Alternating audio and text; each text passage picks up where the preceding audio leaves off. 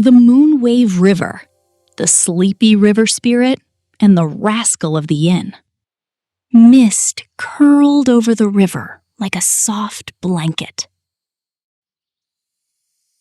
The magical garden shimmered on one side. The echoing orchard whispered on the other. And between them, the river dreamed.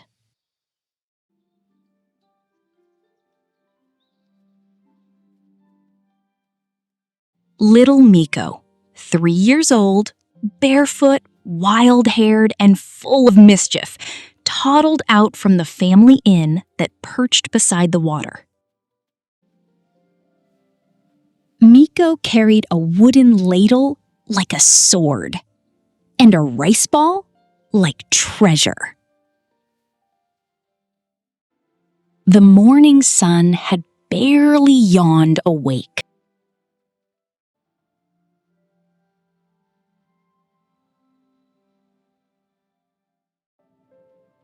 Deep beneath the river's surface, the ancient spirit, Suilen, slept.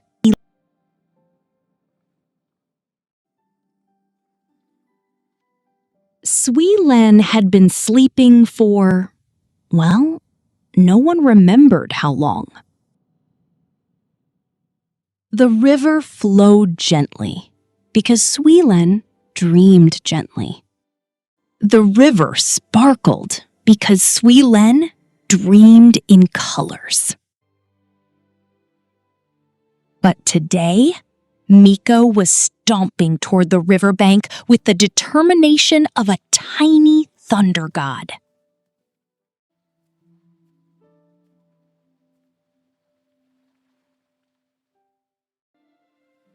Miko leaned over the water.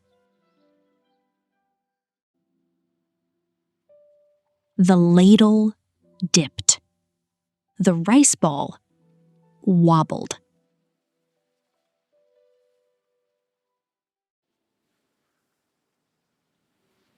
Miko shouted, "Hello, water!"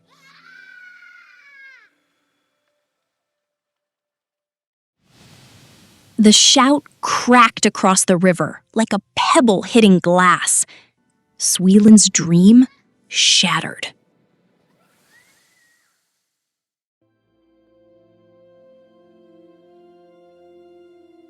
A bubble the size of a pumpkin rose. Then another. Then whoosh!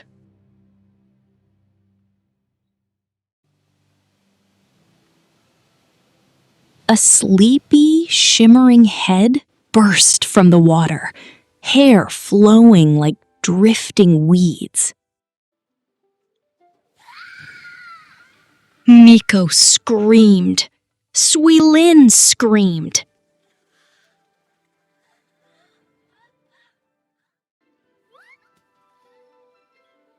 Both fell backward. Miko into mud. Suilen back into the river with a splash that soaked the orchard trees.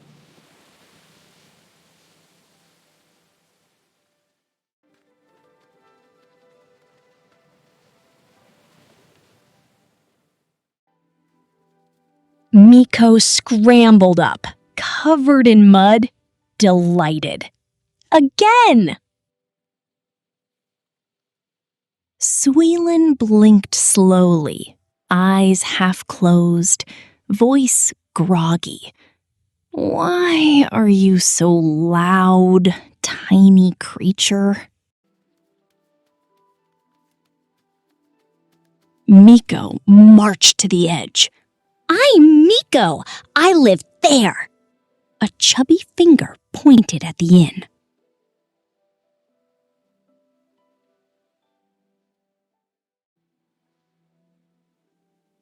Suilen squinted. "You woke me up."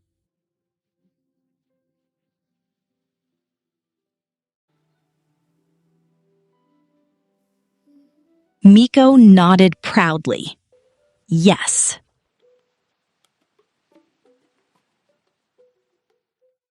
Suilen sighed so deeply, the river rippled.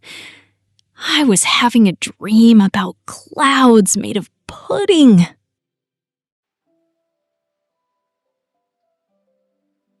Miko gasped.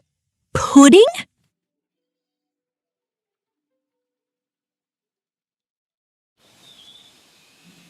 The river exploded again, this time from Miko jumping in with both feet.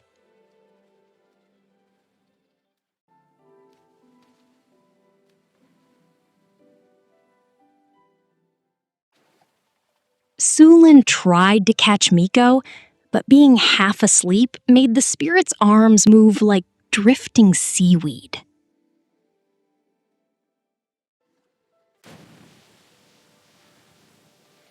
Miko splashed. Suilen flopped.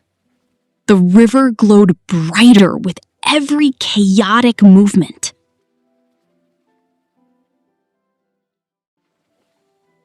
Fish made of light darted around them. Petals from the magical garden floated across the water, turning into tiny lanterns.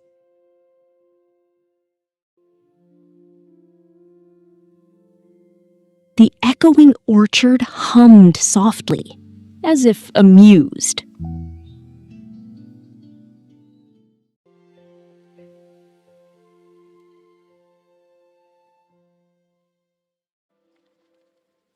Finally, Miko climbed onto Suilen's head as if it were a warm, wobbly boat.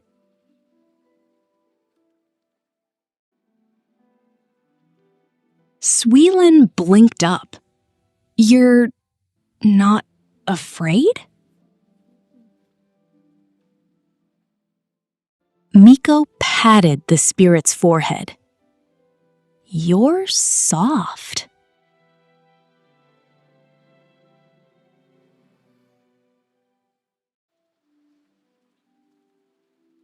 Suilen grumbled, "I am a mighty river spirit."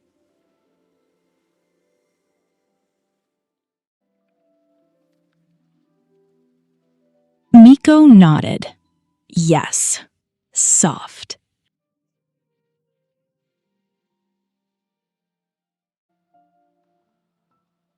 Suilen sighed again, but this time, the sigh sounded like a laugh.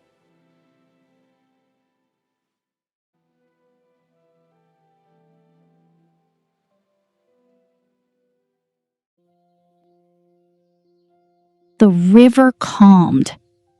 The glowing fish settled. The petals dimmed into gentle sparks.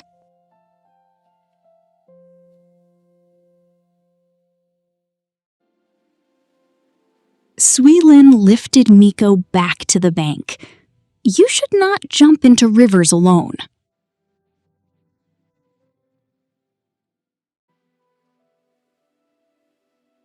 Miko nodded, then immediately prepared to jump again.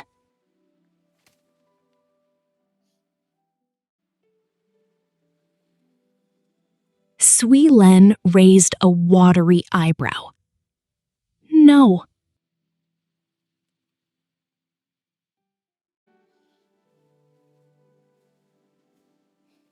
Miko giggled. "Tomorrow?"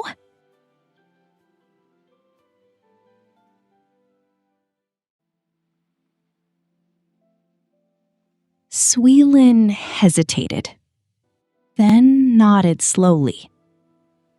"Tomorrow, but quietly." Miko grinned the grin of a child who had never once been quiet.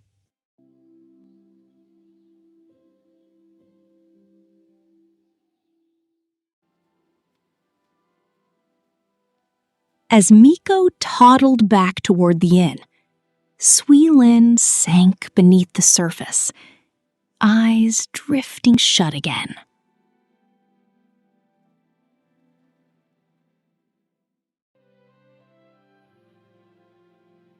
this time, the river spirit did not dream alone.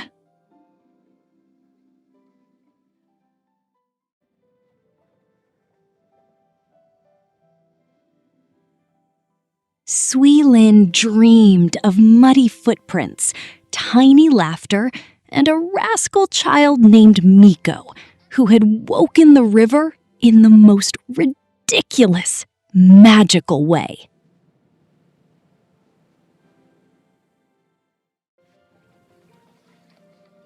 And the river glowed just a little brighter for the rest of the day.